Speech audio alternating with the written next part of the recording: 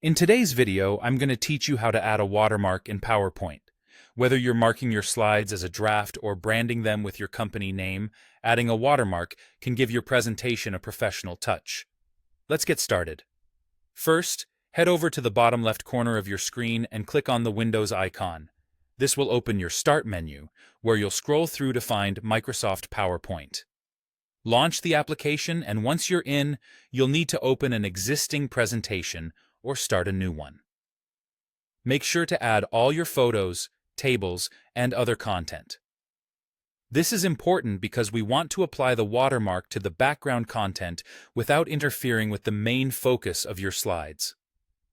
Now, navigate to the top menu and find the View tab. Once there, you'll select Slide Master. The Slide Master is where you can make changes to the entire presentation's design, ensuring that anything you add here will apply across all slides. Take a look at the left-hand thumbnail pane. Here, you'll see a series of layouts under a main slide. This topmost slide is your Slide Master.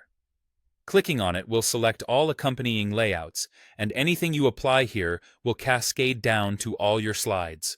This means your watermark will appear uniformly across your entire slideshow. Next, head over to the Insert tab in the top menu.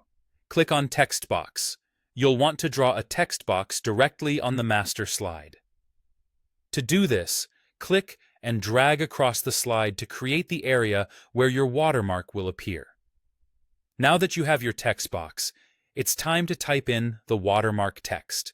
This could be draft, your organization's name, or any other text that suits your needs. Once your text is in place, select the text box to start formatting. Here, you have the chance to make your watermark stand out while still being non-intrusive. Choose a light color for the text, ensuring it's visible but not overpowering. Make it large and bold so it's easy to spot at a glance without distracting from your main content. You can also rotate the text using the rotation handle, giving it a slanted appearance that's often seen in watermarked presentations. Finally, it's time to wrap things up.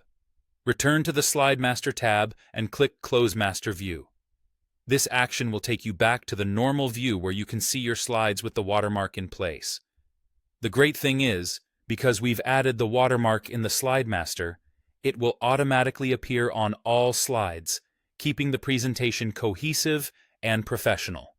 And there you have it, a quick and effective way to add a watermark throughout your PowerPoint presentation.